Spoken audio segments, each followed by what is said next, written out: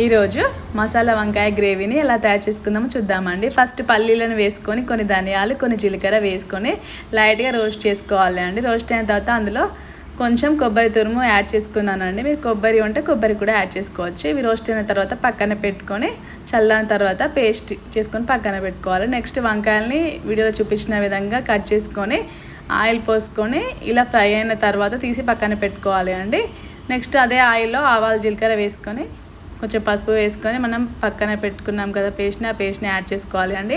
ఆ పేస్ట్ని యాడ్ చేసిన తర్వాత కొంచెం అది రోస్ట్ అయిన తర్వాత అందులోనే తగినంత కారము ఉప్పు వేసుకొని మంచిగా కలుపుకున్న తర్వాత లో ఫ్లేమ్లో మనం మూత పెట్టుకొని ఒక 5 minutes దీన్ని ఉడకనివ్వాలి అండి. నెక్స్ట్ 5 minutes తర్వాత మనం కొంచెం వాటర్ అనేది యాడ్ చేసుకొని గ్రేవీ లాగా యాడ్ చేసుకున్న తర్వాత మంచిగా కలుపుకోవాలి ఉండాలి లేకుండా. అప్పుడు మనం ఫ్రై చేసి పక్కన పెట్టాం కదా వంకాయల్ని, అవి ఇందులో యాడ్ చేసుకొని మంచిగా కలుపుకొని మూత పెట్టి ఉడికించుకుంటే చూడండి ఎంత బాగుంటుందో.